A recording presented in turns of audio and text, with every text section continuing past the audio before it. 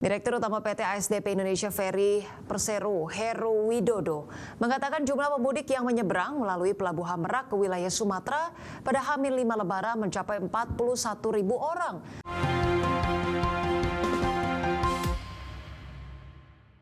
Pemirsa, PT ASDP Indonesia Ferry Persero melaporkan bahwa mobilitas masyarakat di berbagai wilayah Indonesia mulai meningkat jelang Hari Raya Idul Fitri 2026.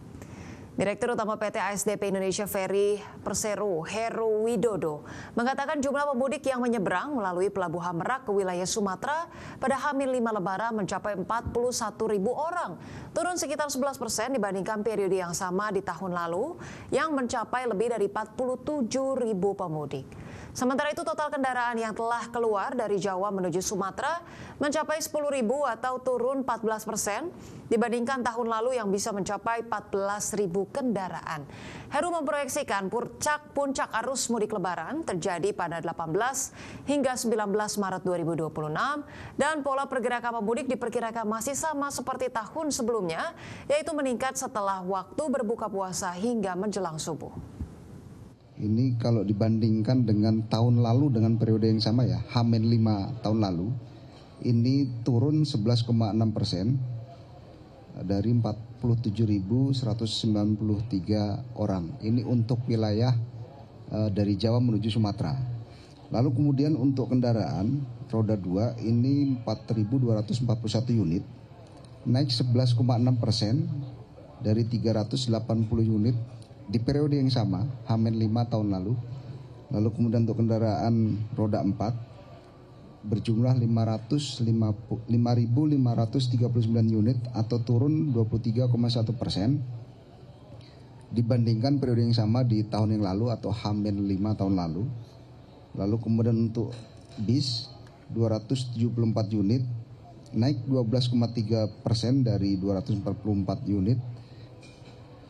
Ini naik 12,3% dibandingkan periode yang sama di tahun yang lalu atau H-. Pemirsa, pemerintah diminta perlu menyiapkan langkah strategis untuk menjaga stabilitas ekonomi nasional di tengah meningkatnya tekanan global.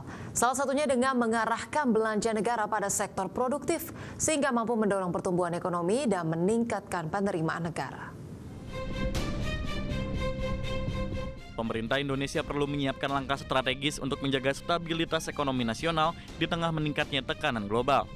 Menurut Direktur Eksekutif Indef, Esther Sri Astuti, pelemahan nilai tukar rupiah terhadap dolar Amerika Serikat berpotensi mendorong defisit APBN melewati batas 3% terhadap produk domestik bruto. Belum lagi lonjakan harga minyak dunia yang terdampak eskalasi perang di Timur Tengah akan semakin membebani APBN. Esther menilai, di tengah ketidakpastian global, pemerintah perlu mengarahkan belanja negara pada kegiatan yang bersifat produktif yang mampu mendorong pertumbuhan ekonomi dan meningkatkan penerimaan negara. Pemerintah juga perlu memperluas peluang dari sektor-sektor yang berpotensi menghasilkan devisa. Langkah itu dinilai penting mengingat kebutuhan dolar Amerika Serikat akan semakin besar, terutama untuk pembayaran cicilan utang luar negeri serta berbagai transaksi internasional. Yang harus dilakukan adalah menggarap sektor-sektor yang memang menghasilkan US dollar lebih banyak, karena kebutuhan US dollar ini kan tidak hanya untuk membayar utang, tetapi semua pembayaran itu ekspor impor ya, dan perjalanan wisata misalnya atau perjalanan yang lainnya ke luar negeri itu juga menggunakan US dollar. Selain itu, pemerintah juga perlu memperkuat ketahanan energi nasional melalui pembangunan dan penambahan kilang minyak di dalam negeri, serta mempercepat pengembangan energi baru dan terbarukan untuk mengurangi ketergantungan pada energi fosil. Jakarta, Tim Liputan IDX Channel.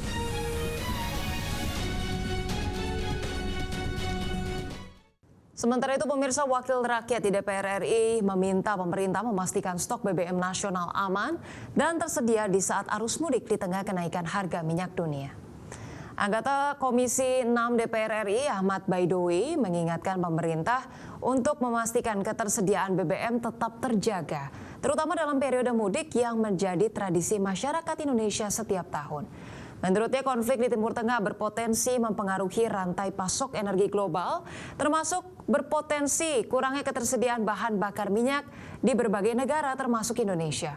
Untuk itu, Ahmad mengatakan pemerintah perlu mengantisipasi kondisi ini dengan memastikan cadangan energi nasional khususnya BBM, tetap tersedia dan terdistribusi dengan baik.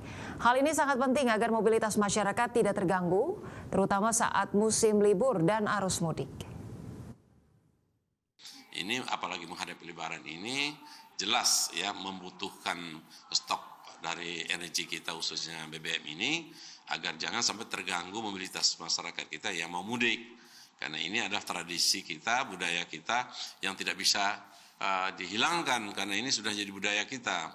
Nah, dalam mobilisasi ini tentu cukup besar nih, ya kan? Mungkin ada sekitar 120 jutaan masyarakat mudik. Nah, ini memerlukan transportasi, terutama transportasi yang menggunakan energi, ya, termasuk kereta api, termasuk juga bus, masuk pesawat, dan lebih penting. Pemirsa, di tengah konflik geopolitik yang masih belum mereda, pemerintah Iran memutuskan untuk menaikkan upah minimum dari 103 juta rial menjadi 166 juta rial. Kenaikan upah merupakan kebijakan tahunan Iran sebagai upaya penyesuaian terhadap inflasi. Pemerintah Iran memutuskan untuk menaikkan upah minimum 2026 sebesar 60% meski perang masih berkecamuk. Kenaikan upah merupakan kebijakan tahunan Iran sebagai upaya penyesuaian terhadap inflasi. Kebijakan kenaikan upah minimum Iran diumumkan Menteri Ketenagakerjaan Iran Ahmad Meidari pada hari Minggu lalu. Meidari menyatakan upah minimum bulanan akan meningkat dari 103 juta rial menjadi 166 juta rial pada tahun kalender Persia mendatang. Selain kenaikan upah minimum, pemerintah Iran juga mengumumkan kenaikan untuk tunjangan keluarga. Hal itu berlaku juga untuk tunjangan anak.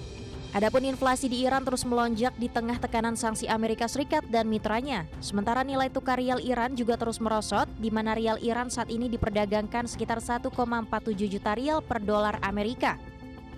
Menurut angka resmi, inflasi pangan di Iran telah melonjak hingga hampir 90%, sementara inflasi konsumen naik menjadi sekitar 60%. Berdasarkan data statistik resmi, inflasi tahunan pada 2025 tercatat sebesar 44,6%. Dengan angka inflasi yang tertinggi, biaya pembelian barang dan jasa telah meningkat secara drastis dibandingkan tahun sebelumnya. Berbagi sumber IDX Channel. Pemirsa, serangan drone menyasar sebuah hotel di Baghdad, Irak, yang mana kerap digunakan untuk menginap oleh diplomat asing. Peristiwa tersebut terjadi menyusul serangan yang menyasar kedutaan besar Amerika Serikat di Baghdad, namun berhasil dicegat oleh pasukan Irak. Sebuah hotel yang sering menjadi tempat menginap diplomat asing di zona hijau Baghdad, Irak menjadi sasaran serangan drone di tengah perang Amerika Serikat dan Israel melawan Irak. Kementerian Dalam Negeri Irak melaporkan insiden itu terjadi pada Senin kemarin, meski demikian tidak ada korban jiwa dalam serangan ini. Pihak berwenang di Irak mengidentifikasi proyektil yang jatuh di hotel yang terkena serangan merupakan proyektil dari drone. Namun penyelidikan lebih lanjut atas proyektil tersebut masih berlangsung hingga saat ini. Serangan tersebut terjadi sesaat usai pasukan Irak mencegat roket yang menyasar kedutaan besar Amerika Serikat di negara tersebut. Pejabat pertahanan mengonfirmasi pasukan Irak berhasil mencegat serangan terhadap kedutaan besar Amerika Serikat di Baghdad. Kondisi keamanan di Irak ikut bergejolak usai Amerika Serikat dan Israel menggempur habis-habisan Iran sejak akhir Februari lalu. Iran lalu membalas serangan ke Israel dan aset militer serta kedutaan besar Amerika Serikat di Timur Tengah karena mereka meyakini pangkalan militer itu digunakan untuk menyerang Iran. Berbagai sumber IDX Channel.